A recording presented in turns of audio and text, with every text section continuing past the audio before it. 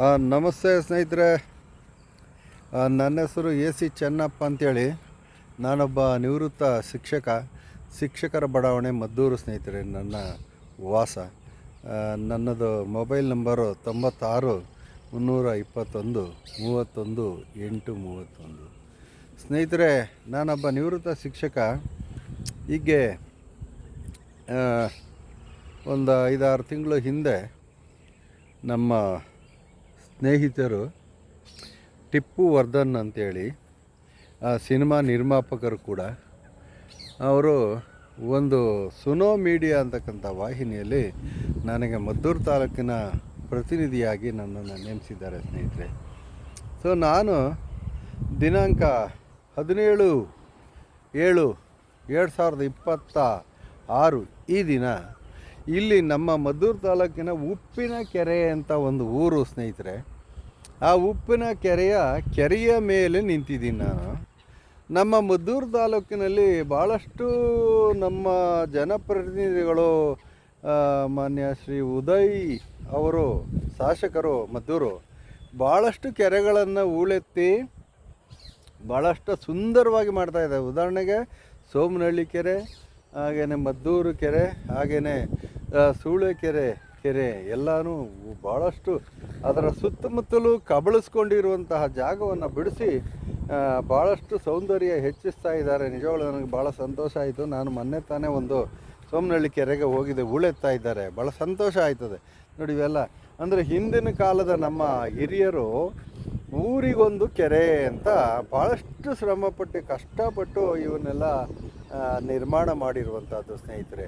ಇದನ್ನು ಉಳಿಸಿ ಬೆಳೆಸಬೇಕಾದದ್ದು ನಮ್ಮ ಮುಂದಿನ ತಲೆಮಾರಿಗೆ ಬೇಕಾಗುವಂತಹ ಒಂದು ದೊಡ್ಡ ಸಾಧನೆಯಾಗಂಥ ಕೆಲಸ ಇದು.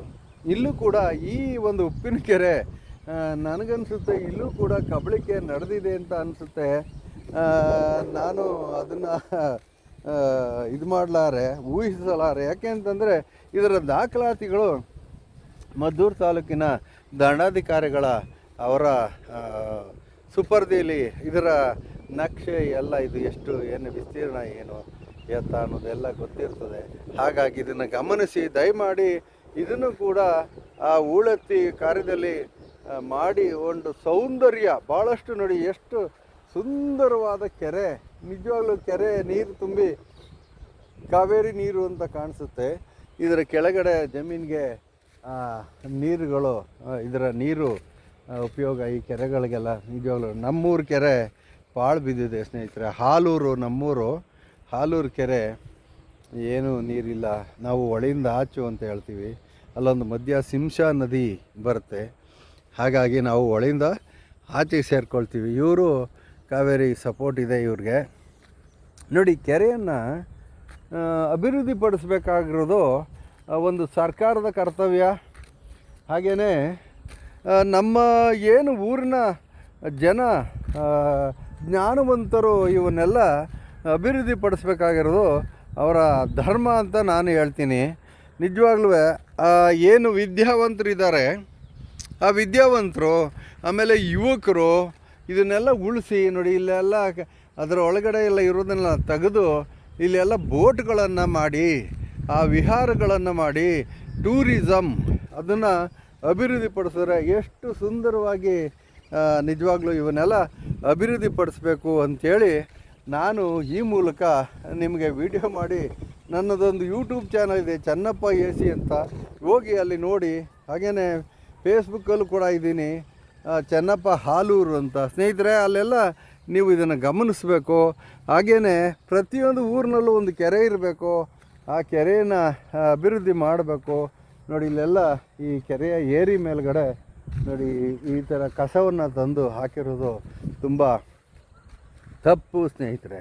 ನಿಜವಾಗ್ಲೂ ಇದೆಲ್ಲ ನೋಡಿ, ಇದು ಅಸಹ್ಯ ಬಿಡುವಂಥದ್ದು. ಊರಿನ ಜನ ಇದನ್ನು ಅಭಿವೃದ್ಧಿಪಡಿಸಿ ಎಲ್ಲ ಸ್ವಿಮ್ಮಿಂಗ್ ಮಾಡುವಂಗೆ ಭಾಳ ನೋಡಿ, ಇದೆಲ್ಲ ಅಭಿವೃದ್ಧಿಪಡಿಸಿ ಇದನ್ನು ಉಳಿಸಿ ಮುಂದಿನ ಸಂತತಿಗೆ ಇದನ್ನು ಸೌಂದರ್ಯವನ್ನು ಹೆಚ್ಚಿಸಿ ಕಾಪಾಡಬೇಕಾಗಿರೋದು ನಮ್ಮೆಲ್ಲರ ಕರ್ತವ್ಯ ಅಂತ ನಾನು ಭಾವಿಸ್ತೀನಿ ಸ್ನೇಹಿತರೆ. ಇದು ನನ್ನ ಇವತ್ತಿನ ಕೋರಿಕೆ. ಅಂದ್ರೇನು, ಜನ ಒಂದು ಅಭಿವೃದ್ಧಿಯನ್ನು ಕಾಣಬೇಕು. ಇರುವಂಥ ಸವಲತ್ತನ್ನು ಚೆನ್ನಾಗಿ ಬಳಸ್ಕೊಂಡು ಅದರ ಸೌಂದರ್ಯನ ಹೆಚ್ಚಿಸಬೇಕು. ಪ್ರತಿಯೊಂದು ಊರಲ್ಲೂ ಒಂದು ಕೆರೆ ಇರಬೇಕು. ಆ ಕೆರೆ ತುಂಬುವಂಗೆ ಆ ನದಿಗಳ ಪಾತ್ರದಿಂದ ನೀರನ್ನು ಏತ ನೀರಾವರಿಯೋ ಏನೇ ಮಾಡಿ ಈ ಕೆರೆಗಳ ಸೌಂದರ್ಯವನ್ನು ಹೆಚ್ಚಿಸಿ ಇಲ್ಲೆಲ್ಲ ವಾಯುವಿಹಾರ ಮಾಡುವಂತಹ ಜನರಿರ್ತಾರೆ, ಹಿರಿಯ ನಾಗರಿಕರಿರ್ತಾರೆ, ಅಂಥವ್ರಿಗೆ ಅನುಕೂಲ ಮಾಡಿಕೊಡ್ಬೇಕು ಅಂತ ನಾನು ಈ ಮೂಲಕ ಮನವಿ ಮಾಡ್ಕೊಳ್ತೀನಿ. ಜನಪ್ರತಿನಿಧಿಗಳು ಅಥವಾ ಶಾಸಕರು ಅಥವಾ ಸಚಿವರು, ಮಾನ್ಯ ಮುಖ್ಯಮಂತ್ರಿಗಳು ನಿಜವಾಗ್ಲೂ ಇದನ್ನೆಲ್ಲ ಇಂಥದ್ದೆಲ್ಲ ಗಮನಿಸಿ ದಯಮಾಡಿ ಅಲ್ಲಿವರೆಗೆ ತಲುಪಂಗೆ ಈ ಒಂದು ನನ್ನ ವಿಡಿಯೋನ ಕಳಿಸಿ ಇದೆಲ್ಲ ಅಭಿವೃದ್ಧಿ ಮಾಡಿದಾಗ ಹಳ್ಳಿಗಳು ಅಭಿವೃದ್ಧಿ ಕಾಣೋದಕ್ಕೆ ಸಾಧ್ಯ ಆಗುತ್ತೆ. ನಮ್ಮ ಏನು ಸ್ಮಾರ್ಟ್ ಸಿಟಿ ಅಲ್ಲ ಬೇಕಾಗಿರೋದು, ನಮಗೆ ಅಭಿವೃದ್ಧಿ ಕಾಣುವಂತಹ ಹಳ್ಳಿಗಳು ಸ್ಮಾರ್ಟ್ ವಿಲೇಜ್ ಆಗಬೇಕು. ಅಲ್ಲಿ ಪ್ರತಿಯೊಂದು ಕೆಲಸನೂ ಏನು ಎಜುಕೇಷನಿಂದ ಹಿಡಿದು ಆಸ್ಪತ್ರೆಗಳು ಎಲ್ಲ ಪ್ರತಿಯೊಂದು ಕೂಡ ಹಳ್ಳಿಲೇ ಸಿಗುವಂತ ಆಗಬೇಕು. ಪಟ್ಟಣಕ್ಕೆ ಜನ ವಲಸೆ ಹೋಗುವುದನ್ನು ತಡೀಬೇಕು. ಇದು ನನ್ನ ಒಂದು ಕೋರಿಕೆ ಸ್ನೇಹಿತರೆ. Thank you so much.